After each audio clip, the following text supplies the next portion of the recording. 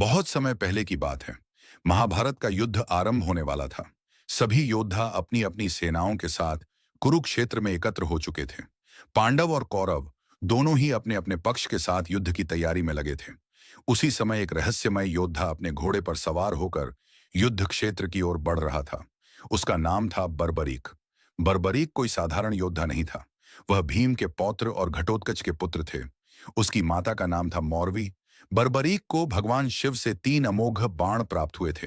ये तीनों बाण इतने शक्तिशाली थे कि पहले बाण से वह अपने शत्रुओं को चिन्हित कर सकता था, दूसरे बाण से वह उन्हें समाप्त कर सकता था और तीसरे से वह सारे बाण पुनः अपने तरकश में वापस बुला सकता था।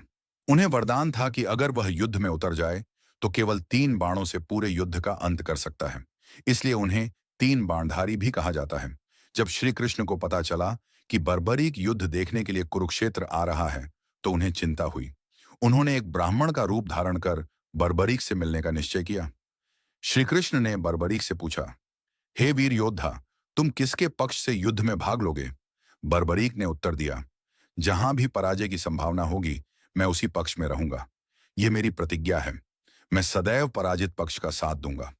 श्री कृष्ण समझ गए कि यदि बर्बरीक युद्ध में भाग लेते हैं तो उनकी प्रतिज्ञा के कारण वह हर बार हारने वाले पक्ष में चले जाएंगे। इससे युद्ध का संतुलन बिगड़ जाएगा और शायद पांडव भी विजयी न हो सकें। फिर श्री कृष्ण ने बर्बरीक की परीक्षा ली। उन्होंने एक पेड़ के पत्तों को छिपाकर कहा, यदि तुम इतने महान धनुर्धर हो तो इन पत्तों को एक ही बाण से भेद कर दिखाओ। बर्बरीक ने आंखें बंद की और पहला बाण चलाया।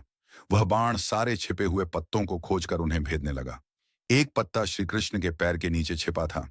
बाण वहीं आकर रुक गया। श्री कृष्ण समझ गए कि बर्बरीक के बाणों में अद्वितीय शक्ति है। अब श्री कृष्ण ने अपने असली रूप में आकर बर्बरीक से कहा, हे बर्बरीक, युद्ध से पहले मैं एक वीर का सिर दान स्वरूप मांगता हूं। क्या तुम मुझे अपना सिर दान दे सकते हो? बर्बरीक बिना किसी झिझक के तैयार हो गए। उन्होंने कहा, हे माधव, यदि मेरा बलिदान धर्म की रक्षा करता है तो मैं अपना सिर सहर्ष अर्पण करता हूं। उन्होंने अपने हाथों से अपना शीश काटकर श्री कृष्ण को दान कर दिया। श्री कृष्ण ने उनके सिर को एक ऊंचे टीले पर रख दिया, जिससे बर्बरीक संपूर्ण महाभारत का युद्ध देख सकें। युद्ध के अंत में जब सभी योद्धा यह बहस कर रहे थे कि युद्ध में विजय किसकी रणनीति और वीरता से हुई, तब श्री कृष्ण ने बर्बरीक के सिर से पूछा, हे बर्बरीक, तुम्हें क्या दिखाई दिया इस युद्ध में? बर्बरीक ने उत्तर दिया, हे प्रभु, मुझे तो केवल एक ही रूप हर ओर दिखाई दे रहा था। वह था आपका विराट रूप। जहां भी कोई अस्त्र चल रहा था, जहां भी कोई वध हो रहा था, वहां केवल आप ही थे। आप ही इस युद्ध के असली नायक हैं। यह सुनकर सभी योद्धा नतमस्तक हो गए। श्री कृष्ण ने बर्बरीक को वरदान दिया कि कल युग में लोग तुम्हारी श्याम बाबा के रूप में पूजा करेंगे। बर्बरीक सिर जो युद्ध देख रहा था वह आज भी खाटू नगरी राजस्थान में प्रतिष्ठित है, जहां लाखों भक्त प्रतिवर्ष तुम्हारे दर्शन करने आते हैं। नैतिक शिक्षा।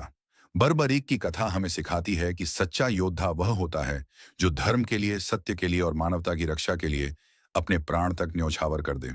उनकी विनम्रता, त्याग और भक्ति उन्हें अन्य योद्धाओं से अलग बनाती है। हम आशा करते हैं कि आपको ये कहानी पसंद आई होगी। ये वीडियो को लाइक शेयर करके चैनल को सब्सक्राइब कर लीजिए।